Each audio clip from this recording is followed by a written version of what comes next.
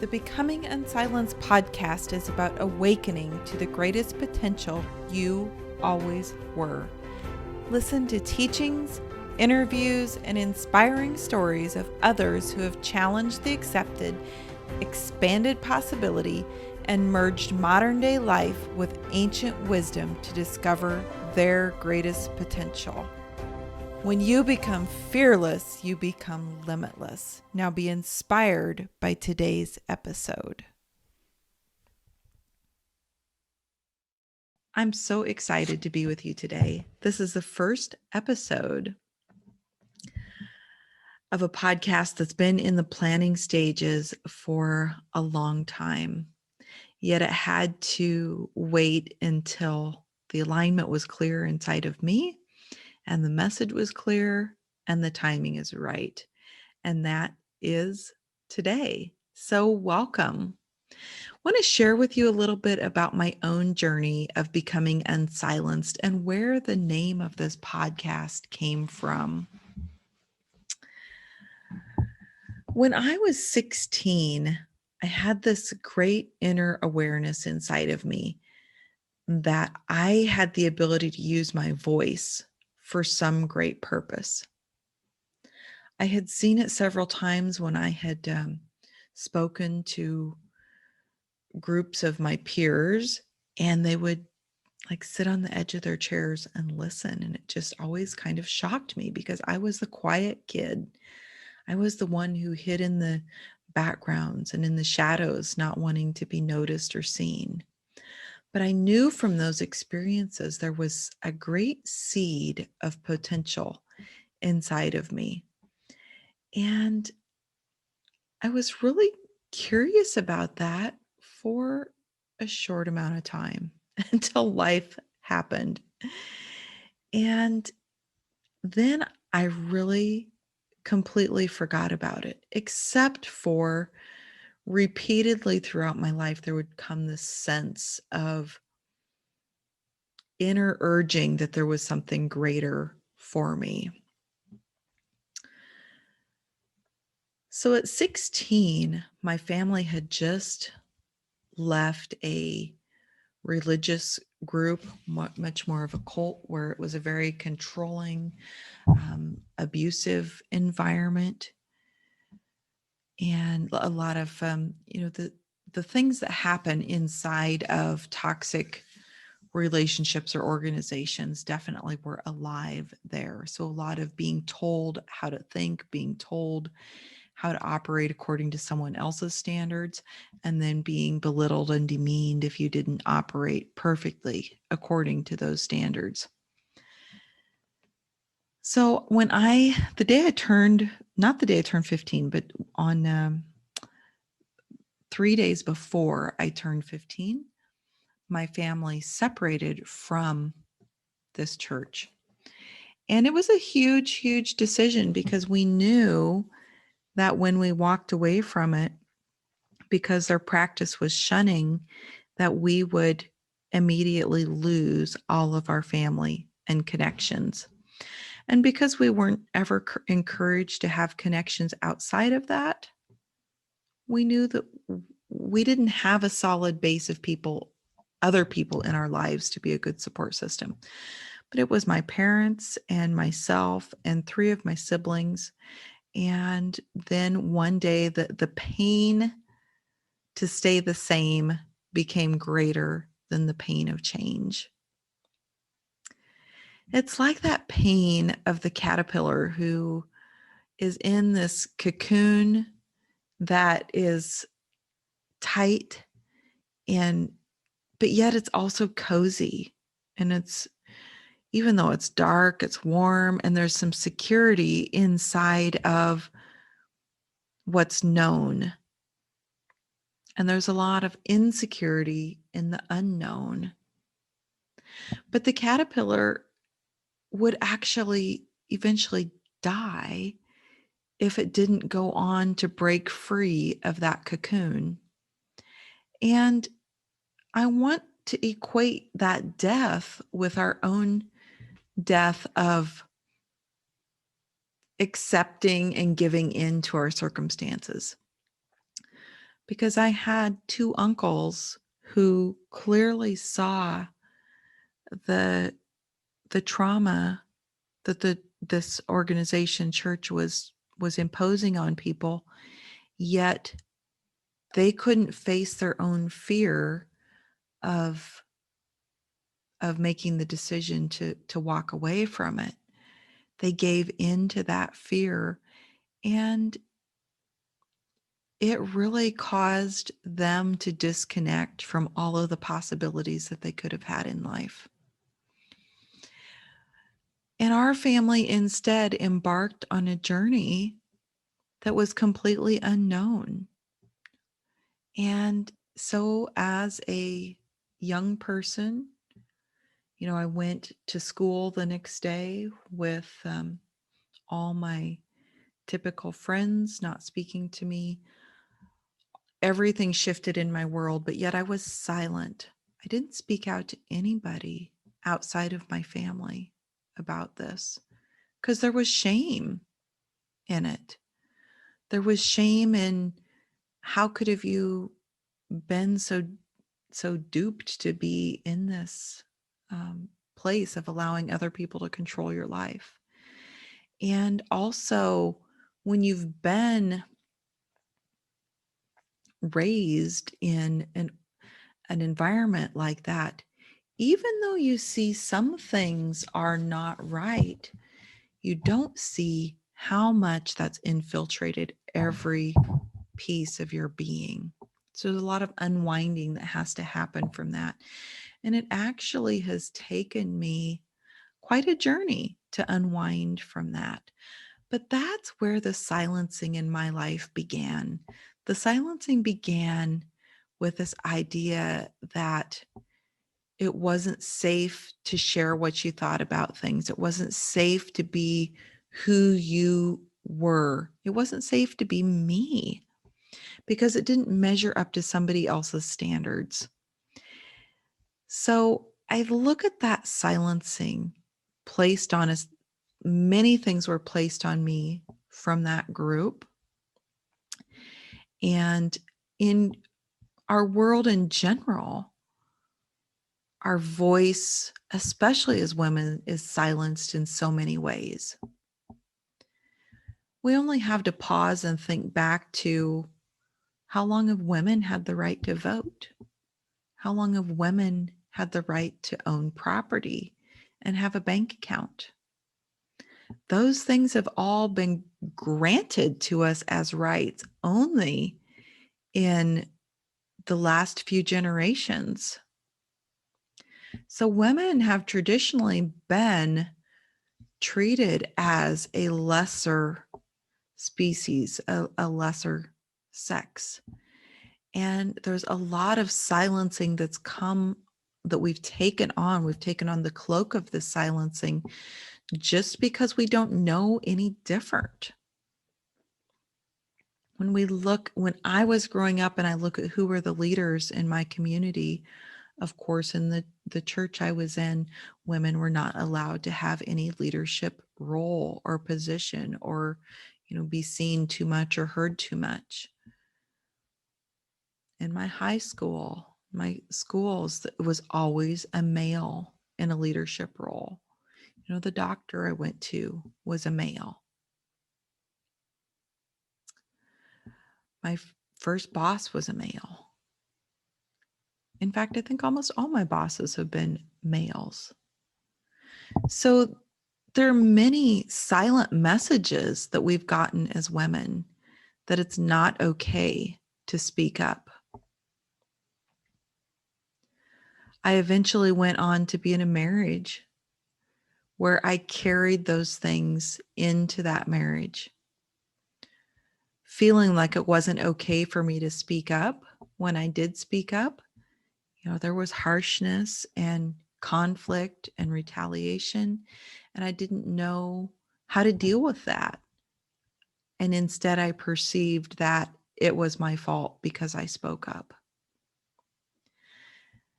And then going on to work in a male-dominated industry where I was one of the few female managers across the nation. It was a company that when I worked for them operated in 32 states. And I was the first female in my role in a 12 state area.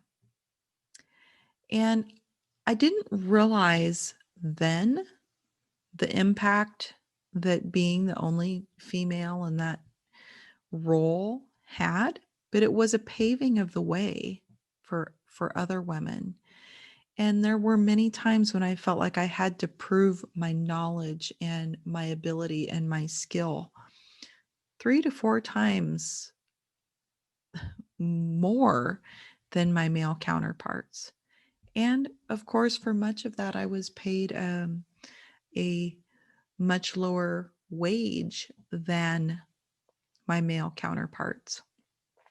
And interestingly, as you come along this journey of being unsilenced with me, one of the things I'll share at some point with you is how it was really this catalyst of becoming unsilenced that helped me begin to shift those things in my work environment and eventually to, be paid according to my worth, not according to my sex. So it's been a journey for me of peeling away the masks that I wore that other people put on me, a healing of the emotional traumas that I experienced along the way, and a connecting back to the spark of divine inside of me that I've really come to know as my inner voice, my inner guidance system, and have now really even grown to another level of seeing how that inner guidance system is really purely a drop of the greater ocean. When you scoop a cup of water out of the ocean, it now is contained inside of a cup, but it retains every quality of that greater body of water that it came from. And when you throw that water back into the ocean, it merges back completely with that ocean. And that is how I see our spirit now. Is that our spirit, the spirit inside of each of us, is a spark of the greater divine that's at work in this world. And we have many different names for that. And whether you call that a God presence or a universe presence or Buddha or whatever name that you call that or know that presence by, I firmly believe and understand that it is all the same greater presence. It's just that some of us have a need as humans to see things defined in different ways. And so teachers have come that we can each identify with in different ways. But at the core of each great teacher in our world is the same spark of divine. And that same spark of divine resides inside of each of us. So, how do we come to know that spark? That's the great question, right?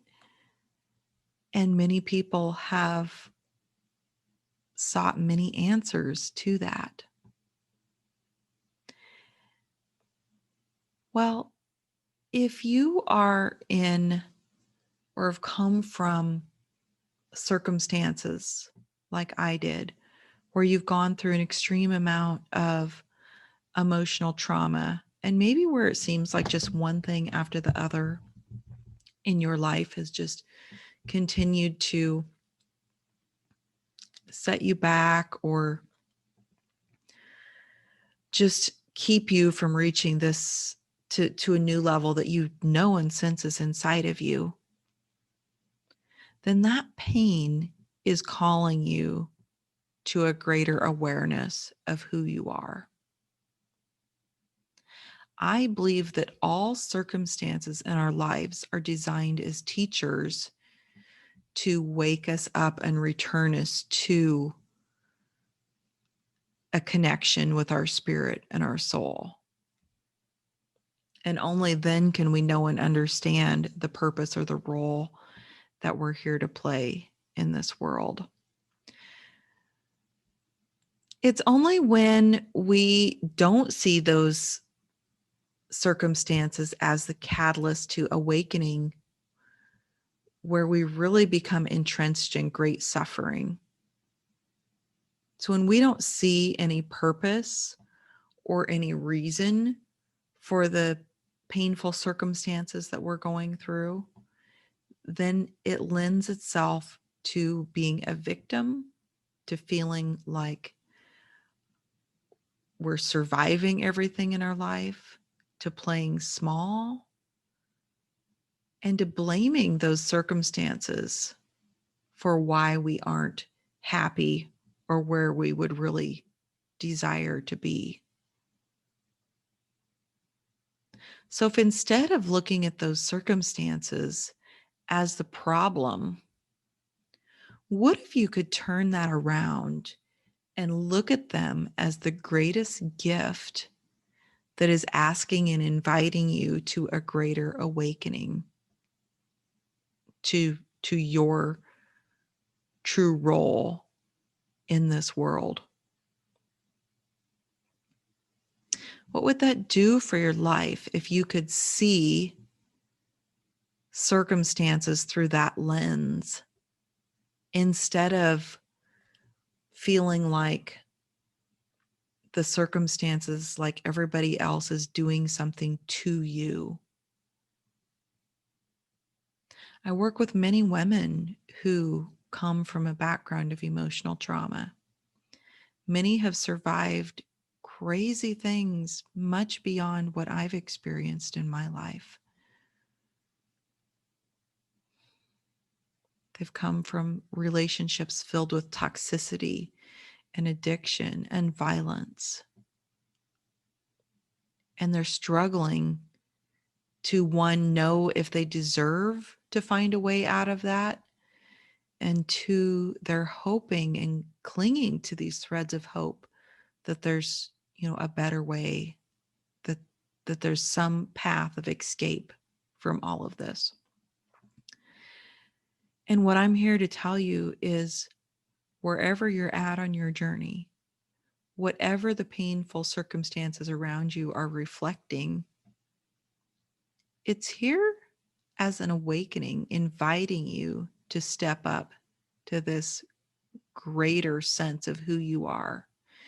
And when you begin to step up to that greater sense of who you are, you also can expect that every fear that has been placed in you, and I say in you because we can inherit fears. I mean, there's many scientific studies that show this, that fears are inherited from one generation to the next.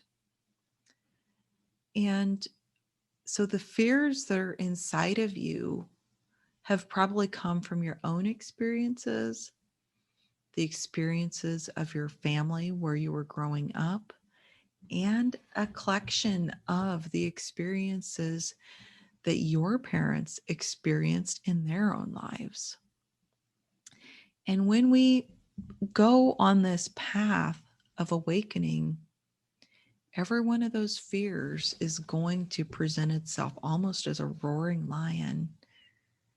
And those fears look very, very real. They're very palpable, almost like you can reach out and touch them and taste them. But I've learned in my own journey that the greatest things in my life lie on the other side of me continuing to move through fear if you can imagine fear as a dark mist hanging across a road or a path that you're walking on, and you're walking up to it, and you see this dark mist there, and you're like, oh my gosh, I cannot keep going forward because of this mist, because what if it consumes me? What if it I don't know what it's going to do to me. It might kill me. And yet the only way to find out what that dark mist is going to do to you is to take a step into it, to lean into it. And when you lean into it, there's a moment, maybe even a lot of moments, where it feels like it's going to swallow you and like you're never going to come out the other side of it. And when you continue to move and keep moving through, eventually you come out the other side. And when you come out the other side, guess what? The next time that fear presents itself to you, you will see it for exactly what it is, because you've been through it already. It no longer holds the power that it once did in your life. So on this path to reconnecting with this inner spark inside of you, there's going to be some fears that come up. There's going to be some questions about, am I headed in the right path? I experienced those same things. And it was at those moments where I leaned in and saw divine road signs pointing me in new directions. One of those divine road signs was delivered to me when I was still married, and I was going through a particular tough time in the relationship. And I think my partner at that time had just lost another job. He had a very unstable job history. And I was feeling extremely low. And we were sitting with a group of people. And at that point in time, we were in a Bible study with a group of people. We were still connected to a formal religion. And that day, there was a verse that was shared. And that verse was a verse that comes from Jeremiah 29:11, that says, I know the plans I have for you, plans to give you a hope and a future, plans to prosper you and not to harm you. And that rang deep, deep inside of my soul. And one of the guiding paths for me on my journey forward has been that verse popping up in many, many different ways in many different situations, where I might randomly tune into a radio station and that I was, scanning across the dial. And as it paused there, someone read that verse, or it might be on a billboard, or walking into a building in Houston, Texas, and saw it written in bold letters. And even when my journey took me to separate from traditional religion, what stayed with me was this intense presence of spirit growing inside of me. Another road sign on my journey has been the presence of repeating numbers. Some people call them angel numbers.